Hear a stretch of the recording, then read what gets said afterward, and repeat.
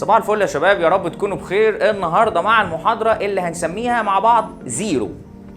أكتر جزئية فيها كلام مرتبط ما بين سنة أولى وسنة تانية وسنة تالتة هي الدعامة، وخاصة الدعامة اللي في النبات.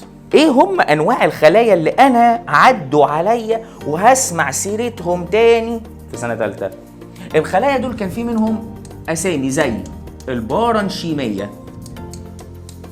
الكولانشيمية، عيلة نيشيمي كنا بنسميها كده، الاسكلرانشيمية، الفلينية، الخلايا الفلينية. خواص الامتصاص، انت بقى بتتكلم على امتصاص مية ولا امتصاص مواد واملاح وذائبات؟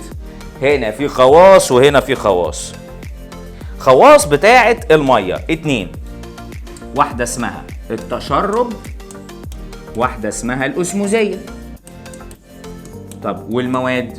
حاجة اسمها الانتشار وحاجة اسمها نقل نشط.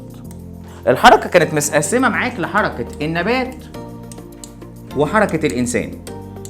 حركة النبات انت خدت في سنة تانية حاجات اسمها حركة اللمس، حركة النوم واليقظة،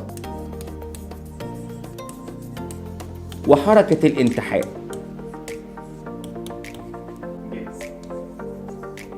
صح، نسيت اقول لك دلوقتي تقدر تحمل الابليكيشن من اللينك اللي موجود عندك في البوست.